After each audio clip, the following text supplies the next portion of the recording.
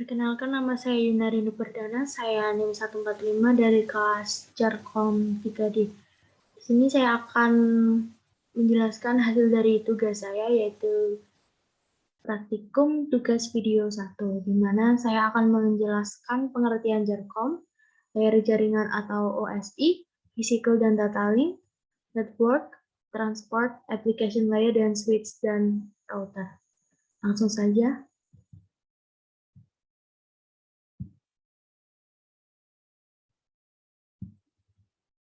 Itu yang pertama, jaringan komputer dan ruang lingkup ITM.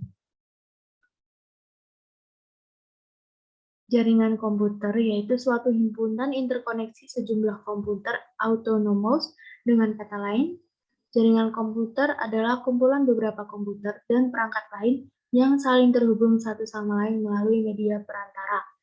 Media perantara ini bisa berupa media kabel ataupun media tanpa kabel yang biasa disebut dengan nirkabel, sehingga masing-masing komputer yang terhubung tersebut dapat saling bertukar data.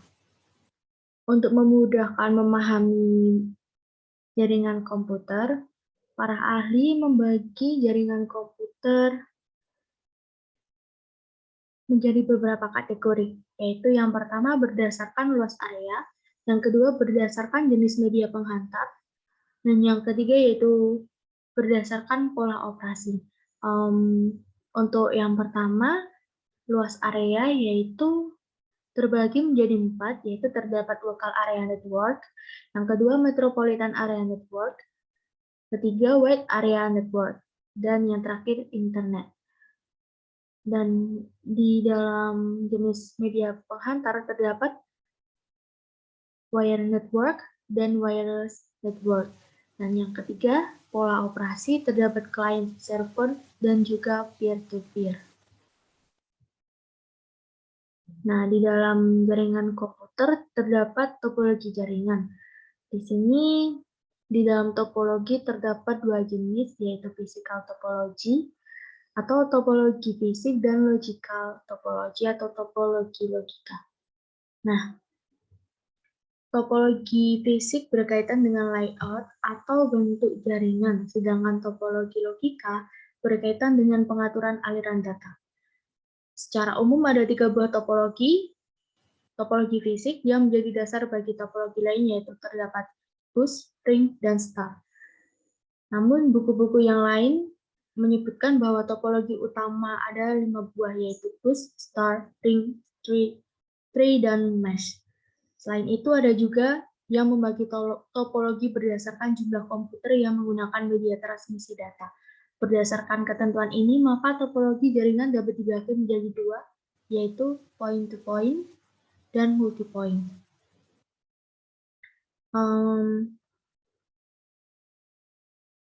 Untuk point-to-point, yaitu hanya melibatkan 2 buah komputer saja.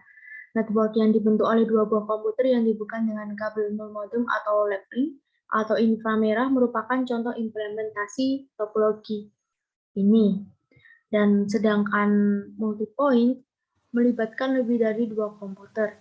Inilah yang bisa kita sebut sebagai topologi network, sebagaimana yang banyak dikenal.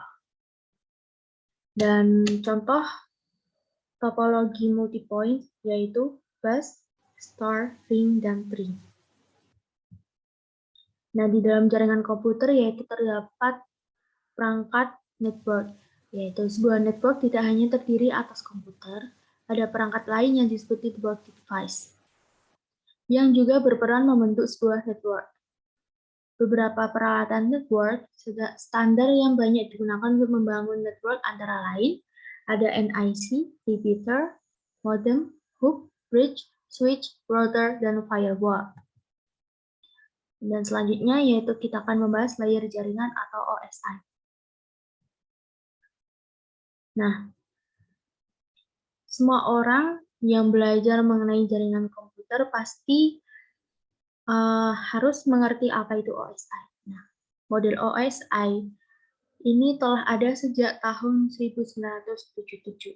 Meskipun saat ini telah bermunculan berbagai protokol dan model jaringan yang tidak menggunakan standar OSI, namun OSI ini telah dijadikan acuan bagi siapa saja yang sedang mempelajari jaringan komputer. Model OSI atau OSI layer membagi-bagi tahapan proses Internet Working, Computer to Computer Communications, menjadi layers atau sekumpulan lapisan. Nah, di tampilan ini terdapat gambar yang mana menunjukkan sekumpulan lapisan yang ada. Nah, urutan layer dimulai dari layer terbawah, yaitu layer pertama, hingga layer teratas, yaitu layer terakhir. Total ada 7 buah layer yang dapat dikelompokkan menjadi 2 kelompok, yaitu upper layers, dan lower layers. Nah, untuk urutan masing-masing layer sebagai berikut. Upper layers terdapat application layer, kemudian presentation layer, yang selanjutnya session layer, dan untuk lower layers yaitu terdapat transport layer, network layer, data link layer, dan physical layer. Nah, ini yaitu merupakan tabel mengenai OSI layer dan terdapat fungsi singkat. Yang pertama, application di sini mempunyai fungsi menunjang aplikasi untuk berkomunikasi melalui jaringan dengan contoh SMTP. Untuk lebih jelasnya, application layer merupakan lapisan paling atas dari model OSI dan bertanggung jawab untuk menyediakan sebuah interface antara protokol jaringan dengan aplikasi yang ada pada komputer.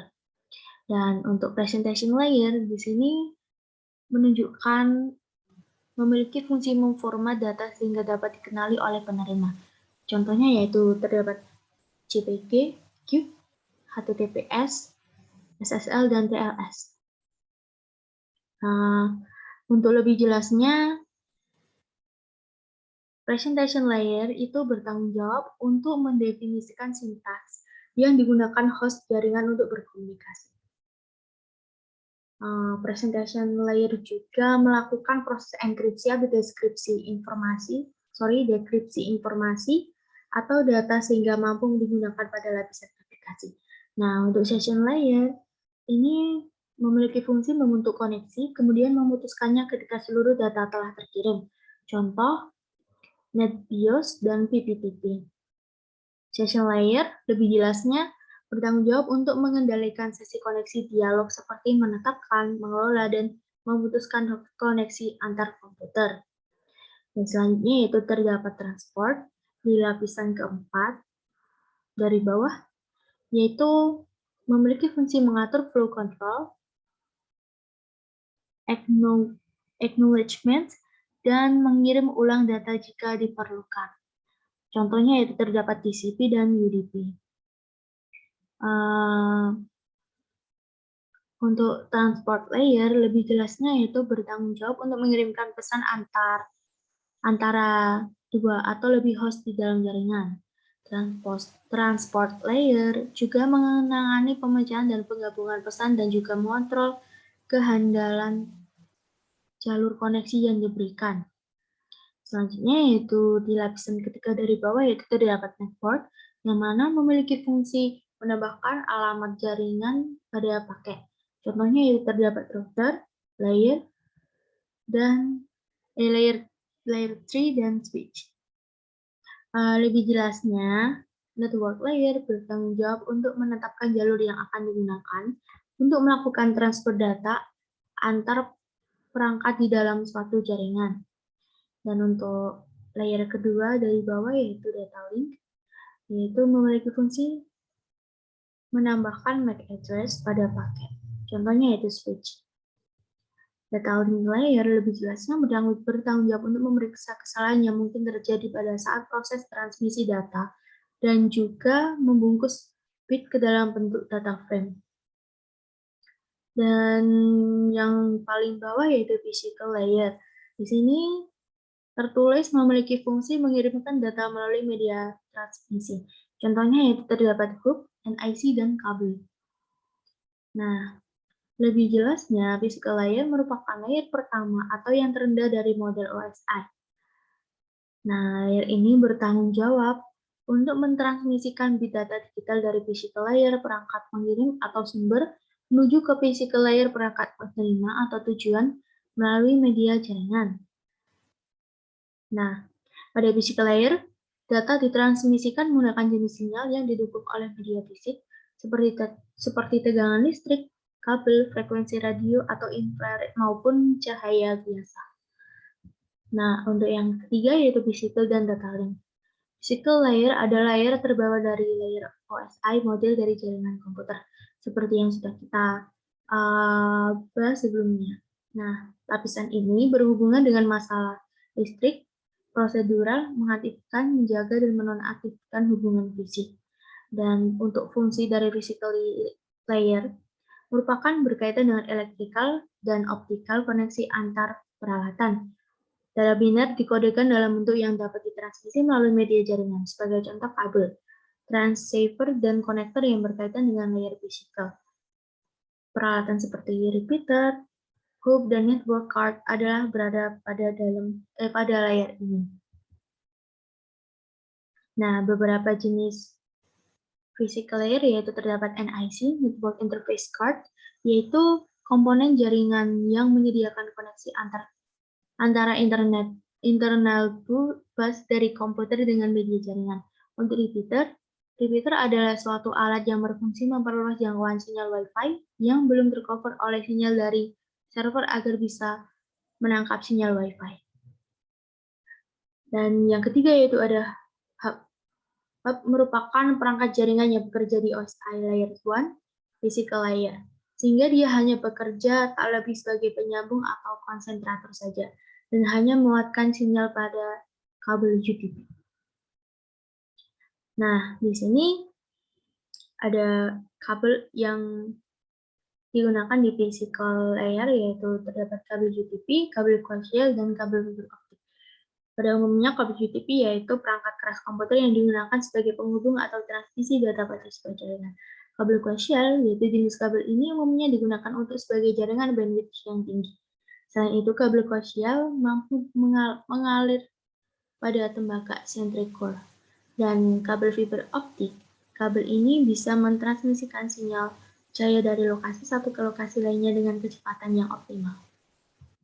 Dan data link layer adalah lapisan kedua dari bawah dalam model OSI yang dapat melakukan konversi frame-frame jaringan yang berisi data yang dikirimkan menjadi bit-bit mentah agar dapat diproses oleh lapisan fisik. Nah, lapisan ini merupakan lapisan yang akan melakukan transmisi data antara perangkat-perangkat jaringan yang saling berdekatan di dalam sebuah wide area network atau WAN, atau antara node di dalam sebuah segmen lokal area network LAN yang sama. Kemudian lapisan ini bertanggung jawab dalam membuat frame, flow control, koreksi kesalahan, dan pentransmisian ulang terhadap frame yang dianggap gagal. Tugas link layer yaitu memindahkan data frame dari satu node ke node berikutnya melalui individual link dalam bentuk frame.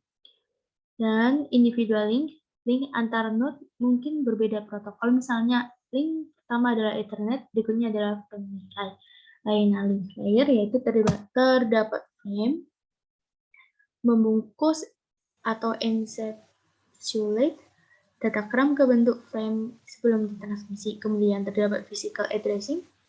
Jika frame-frame didistribusikan ke sistem lain pada jaringan, maka data link akan menambahkan sebuah header di muka frame untuk mendefinisikan pengirim dan atau penerima. Kemudian terdapat flow control. Setiap node memiliki keterbatasan buffer. Link layer menjamin pengiriman frame tidak lebih cepat dari pemrosesan frame pada penerima. Jika rate atau laju bit stream berlebih atau berkurang, maka flow control akan melakukan tindakan yang menstabilkan laju. Untuk yang keempat yaitu access control, yang mana jika dua atau lebih device dikoneksi dalam link yang sama, lapisan data link belum menentukan device yang mana harus dikendalikan pada saat tertentu. Kemudian terdapat link access, protokol media access control MAC, mengatur bagaimana frame ditransmisikan ke dalam link, seperti point-to-point atau broadcast. Kemudian ada reliable delivery, yang mana menjamin pengiriman datagram melalui link data tanpa error. Yang selanjutnya yaitu error control.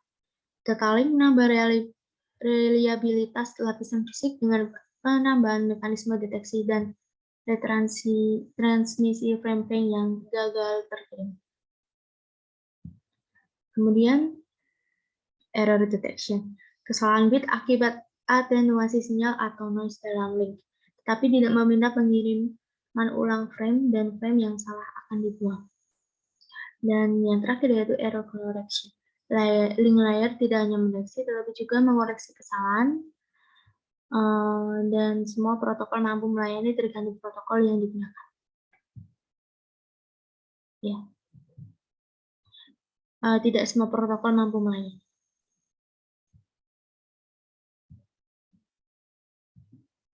Nah, selanjutnya itu network.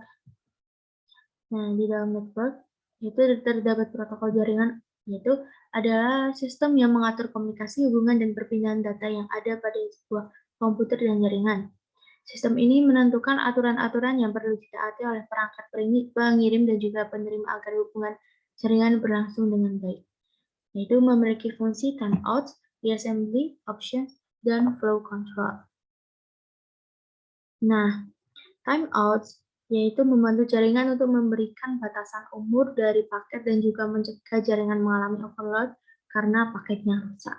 Sementara reassembly yaitu untuk menyusun ulang paket-paket saat tiba di jaringan penerima. Dan option yaitu untuk menemukan bagian terpenting yang perlu disampaikan ke jaringan penerima dan menambahkan keamanan paket. Dan yang terakhir yaitu flow control, itu menentukan proses transfer informasi antara pengirim dan penerima, serta mengaktifkan dan menonaktifkan transisi informasi. Jenis-jenis protokol jaringan, yaitu terdapat TCP atau IP, yang mana standar protokol jaringan komunikasi data yang banyak digunakan oleh pengguna internet. Standar TCP atau Transmission Control Protocol dan Internet Protocol atau IP mengatur proses transfer data dari satu komputer ke komputer lain melalui koneksi internet. Domain Name System DNS, yang mana merupakan sebuah distribut database yang digunakan dalam pencarian nama komputer dalam sebuah jaringan TCP atau IP. DNS mampu bekerja dengan baik pada jaringan pada skala kecil sampai dengan skala global. Umumnya jaringan ini digunakan pada website dan aplikasi di internet. Selanjutnya yaitu HTTP atau Hypertext Transfer Protocol, yang mana merupakan sebuah protokol jaringan yang mengatur komunikasi dan transfer data antar klien atau web browser dan server. Dan HTTPS adalah versi yang lebih aman dari protokol HTTP biasa. Umumnya, kita bisa melihat protokol HTTPS digunakan pada banyak website di internet. Protokol jaringan yang satu ini digunakan untuk menjaga keamanan jaringan.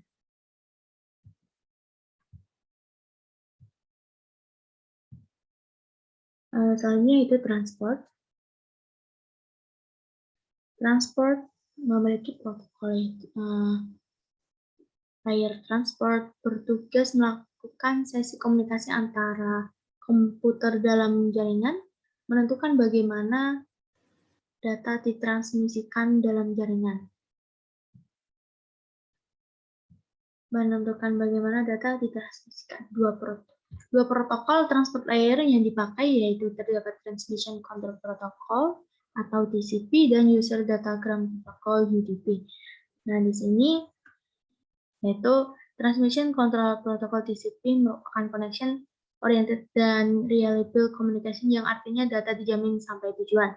Kemudian untuk menjamin diperlukan komunikasi awal dengan penerima sebelum transfer data dilakukan. Selanjutnya, membutuhkan X tiap penerima data dan dipakai untuk mentransmisikan data dalam jumlah besar. Sementara User Datagram Protocol atau UDP merupakan connectionless communication, bekerja tidak menjamin data sampai tujuan secara utuh. Normalnya untuk mentransmisikan data dalam jumlah kecil pada satu waktu, dan reliabilitasnya atau penjaminan data sampai pada penerima tergantung dari aplikasi. Selanjutnya, application layer. Application layer merupakan layer atau lapisan teratas pada model OSI reference ketika user akan mengirimkan pesan dan menjadi layer atau lapisan terakhir pada sistem OSI reference model ketika user akan menerima sebuah pesan. Sesuai dengan namanya, application layer merupakan layer atau lapisan yang bekerja pada program-program tertentu, di mana application layer sendiri bekerja pada komputer, server, ataupun komputer client.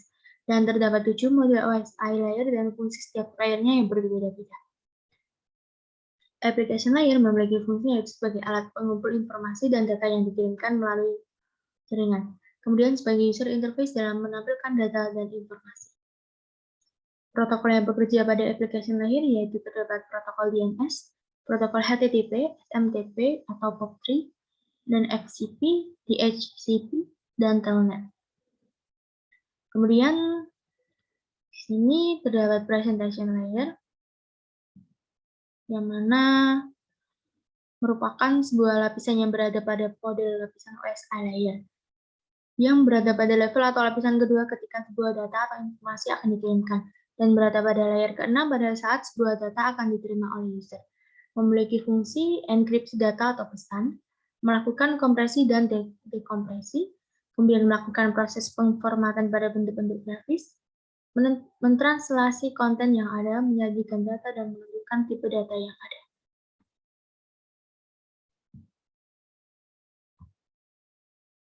Protokol yang bekerja pada presentation layer yaitu terdapat SMTP, SNMP, TFTP, dan Telnet. Dan untuk session layer, di sini merupakan lapisan kelima dari 7 lapisan yang ada pada OSI layer. Layer session mendefinisikan bagaimana cara memulai percakapan melalui kontrol dalam percakapan dan mengakhiri sesuatu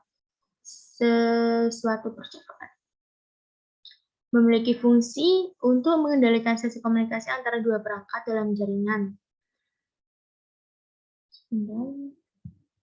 Selain itu, layer session juga mengelola melepas koneksi dalam jaringan komputer.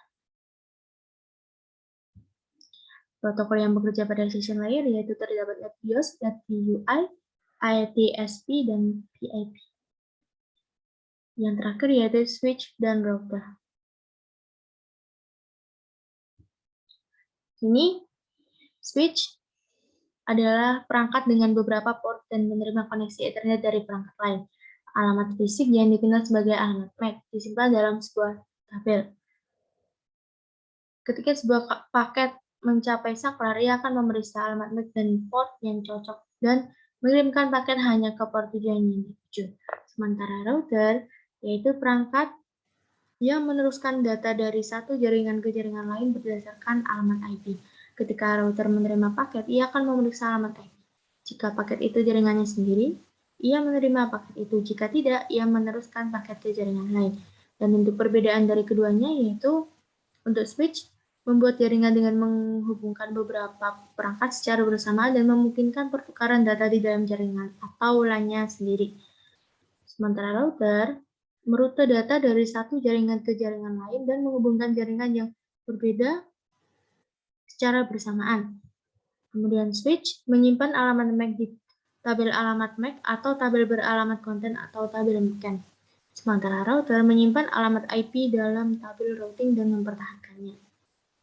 Switch menggunakan alamat MAC untuk transmisi data, sedangkan router menggunakan alamat IP untuk transmisi data.